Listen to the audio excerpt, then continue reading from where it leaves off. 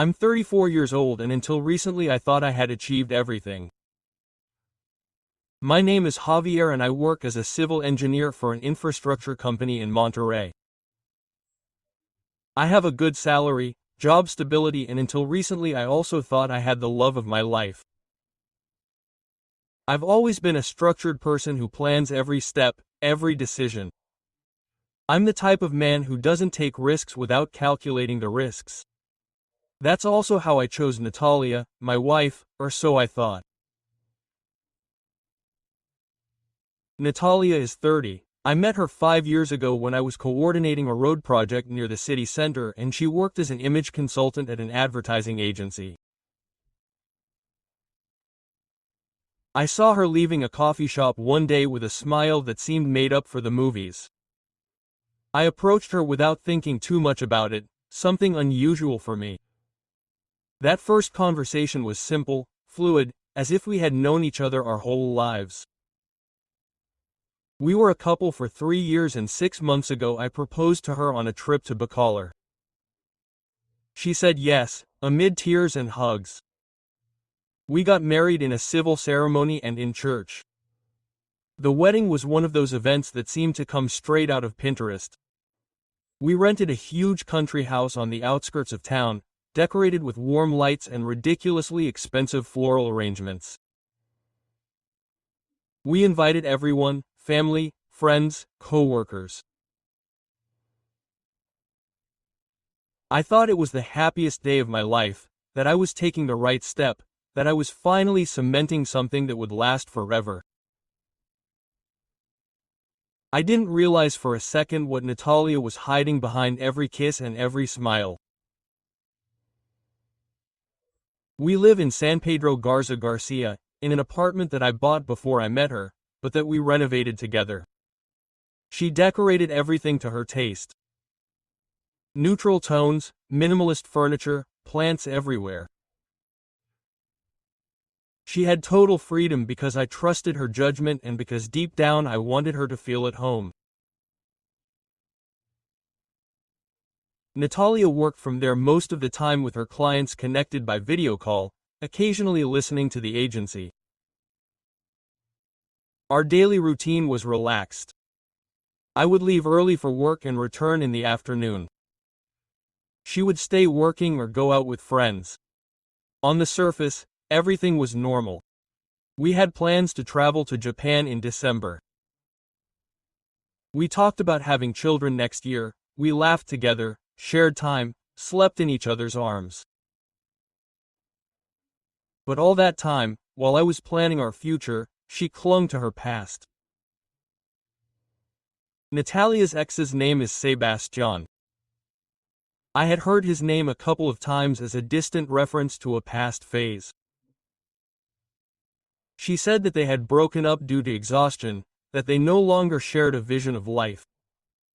That their relationship was intense but brief. I never gave it much importance. I am not jealous by nature and it also seemed immature to feel threatened by a ghost from the past, stupid of me. Natalia told me about him for the first time over dinner with wine, as if she were remembering a teenage mistake. She told me that he had failed to value her, that he always made her feel inadequate, that she would never go back to someone like that. "You are different," she would say. "I feel safe with you." And like an idiot, I believed that that past had taught her to value someone like me. I never imagined that what it really taught her was to lie with chilling certainty. After the wedding, Natalia began to behave a little differently, but not in an alarming way.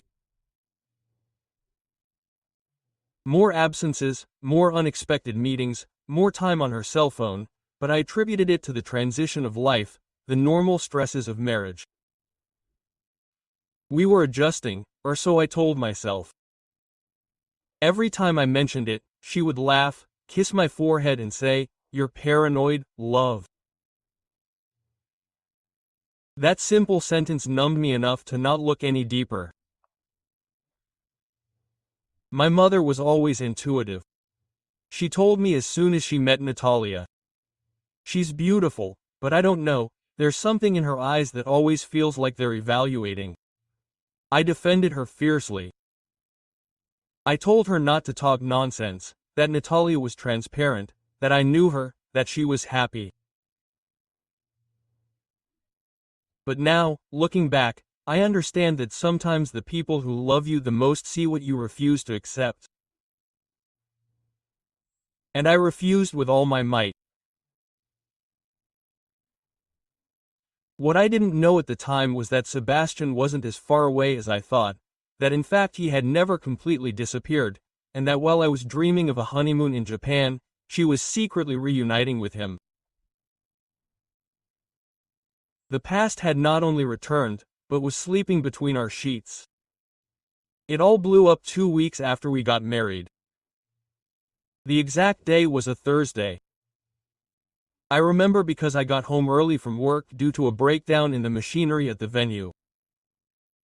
It was 3 in the afternoon and I thought I would surprise Natalia with food from her favorite restaurant. When I got to the apartment, I noticed something strange. Her car was gone, but her purse was there, and her laptop was open in the living room with the screen black as if she had left in a hurry. I didn't say anything. I ate alone, cleaned everything up, and waited.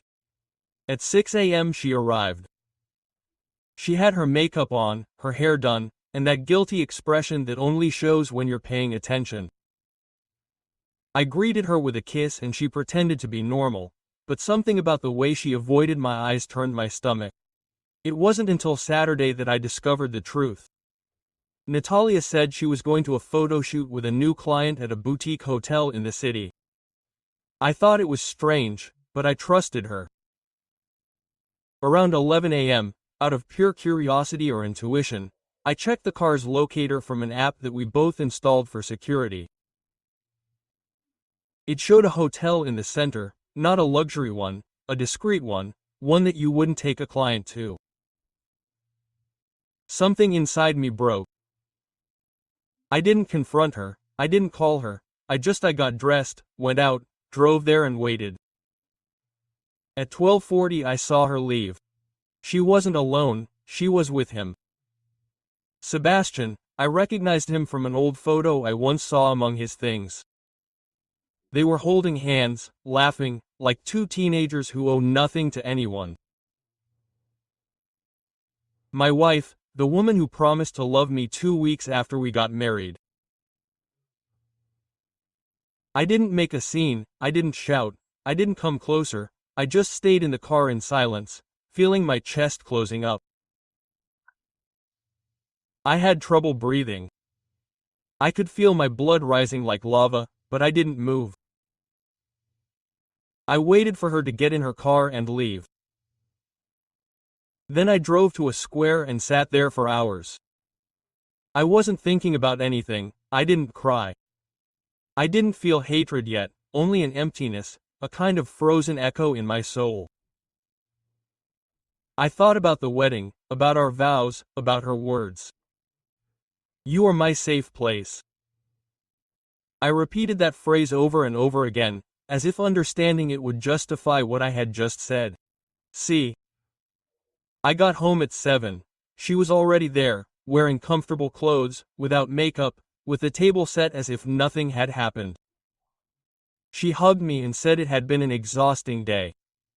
I just nodded. I sat down to dinner. I didn't say a word. There was no point in arguing when I already knew everything. I slept next to her that night, my back to her. I could feel her breathing on my neck and with each exhale I could smell the cheap perfume of the motel. Betrayal is not a blow, it's a poison. It enters slowly, it spreads and before you realize it you're already rotten inside. The next day, while she was sleeping, I took her cell phone. I don't usually do it, but there were no more rules, no more respect and there it all was. Photos, messages, videos. I can't stop thinking about you. This shouldn't have ended like this. You're what I always wanted. She responded in the same way. She told him that she regretted getting married so soon, that she still loved him, that she needed to see him even if it was one last time that was repeated 4 more times, all in room 407 of the same hotel, that room that now resonated in my ear like a curse. On Sunday morning, when Natalia woke up, I was waiting for her in the living room with her cell phone on the table and a folder of printed photos next to her. I didn't yell at her, I didn't get upset, I just said, "Sit down." She tried to feign surprise, then outrage. She called me invasive, told me I had no right, and that's when I lost my filter. I told her she had no right to swear her love to me in front of my mother while she was having sex with a bastard who had dumped her years ago. I threw the photos at her one by one, each one like a slap in the face. She broke down. She had no arguments, only tears and stupid pleas. I don't know what came over me, it was a mistake, it doesn't mean anything. Empty words that could no longer erase what I saw, what I felt. I didn't throw her out that day. Not because I still loved her, but because I needed to see her sink. I wanted her to understand the real weight of what she had done. I wanted every gesture of mine, every silence to remind her of the trash she chose to be. I changed the Wi-Fi password, took all her things out of the closet and put them in boxes. I canceled the joint bank account. I called a lawyer to start the process of annulling the marriage. Just 2 weeks and I had to talk to a lawyer. She disgusted me, but she disgusted me even more, walking around the house like a lost soul, wanting to hug me as if everything could be fixed with crocodile tears. During those days, Sebastian disappeared. I knew because Natalia tried to call him several fish in front of me, as if that would give him points back. He didn't answer. I got the impression that he had used her, that he knew she was his weak point and took advantage. Or maybe he was just making fun of her. I didn't care, it seemed perfect to me. It was only fair that after betraying me he would also betray her. She was left alone, disoriented, dragging herself emotionally in every corner of that apartment that was no longer hers. I, on the other hand, started going out. I went to the gym, I called friends I had stopped seeing, I went back to reading, running in the mornings, listening to music without every song reminding me of her perfume. The process was slow, but steady. I promised myself not to stay in that hole. Natalia began to asking me for forgiveness every day, letters, notes, meals, even crying at the door of my work. Please don't leave me. I was an idiot. You are my home. It didn't hurt anymore, I felt sorry for her. I felt like I was watching a pathetic actress repeating poorly rehearsed lines. It wasn't my fault if the script didn't work out. Exactly 3 weeks after I found out everything, she told me she was going to her parents' house for a few days. I told her not to come back. She looked at me with red eyes, her makeup smudged, and told me she had a flight to Cancun to think, that she needed space, that maybe going back to our roots would give her perspective. I just nodded, but I already knew how this was all going to end. I waited for my moment and I got it. A week later, Natalia wrote me from Cancun a long message, full of commonplaces, that she realized she loved me, that she needed to start over, that our relationship deserved a second chance. She told me she was coming back on Sunday and that she wanted me to wait for her at the airport, that there was reserved a table at the restaurant where we first went, that she had something important to tell me. I didn't answer. But I went, not for her, I went for me, because I needed to close that story my way, to look her in the eyes and put the final seal that it deserved. I waited for her outside the arrivals hall. When she saw me, she smiled. She walked towards me with that face of hope mixed with guilt that she had practiced so much. She wanted to hug me. I stepped aside, asked her to sit down, and took an envelope out of my backpack. "This is for you," I told her. She opened it right there. It was a notarized letter, with the annulment papers already processed. There was also a handwritten note. "You didn't break me, you set me free. What you destroyed wasn't love, it was an illusion." She fell silent, white, as if someone had torn the air from her chest. She tried to speak, but I raised my hand. "There's nothing more to say, Natalia. You're not the woman I thought you were. I didn't marry you. I married a version that you made for me. You alone destroyed everything. And the worst part is that it was because of someone who threw you away twice. That's what you're worth to him. You're worthless to me now." The people around me started to stare. I didn't care.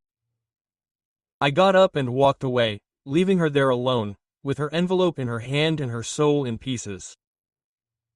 From that day on, I never heard from her again. I moved to another apartment, a smaller one, with less space, but more peace. I never slept next to a lie again. I started therapy, I traveled, I rebuilt myself, not as revenge, but as a rebirth. I learned that love without respect is worthless, that loyalty is not asked for, it is shown, that sometimes losing someone is exactly what you need to find yourself. Months later, a mutual friend told me that Natalia had tried to get back together with Sebastian and that he blocked her from everything, that she fell into a kind of depression, that she left the agency and left the country. I don't know if it's true, I don't care. All I know is that I walked out of that hell and she got caught in the flames she ignited all by herself. I didn't break, I didn't destroy myself, I became invincible.